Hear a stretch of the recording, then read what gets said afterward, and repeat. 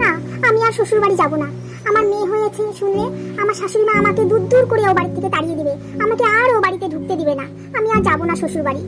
তুই মেয়ে হয়ে জন্মেছিস রে মা রে, তোর যে কপালে কত দুঃখ আছে কে জানে রে মা। জানি না, শুধু ভগবান একমাত্র জানে রে মা। ওমা, কেমন আছো মা?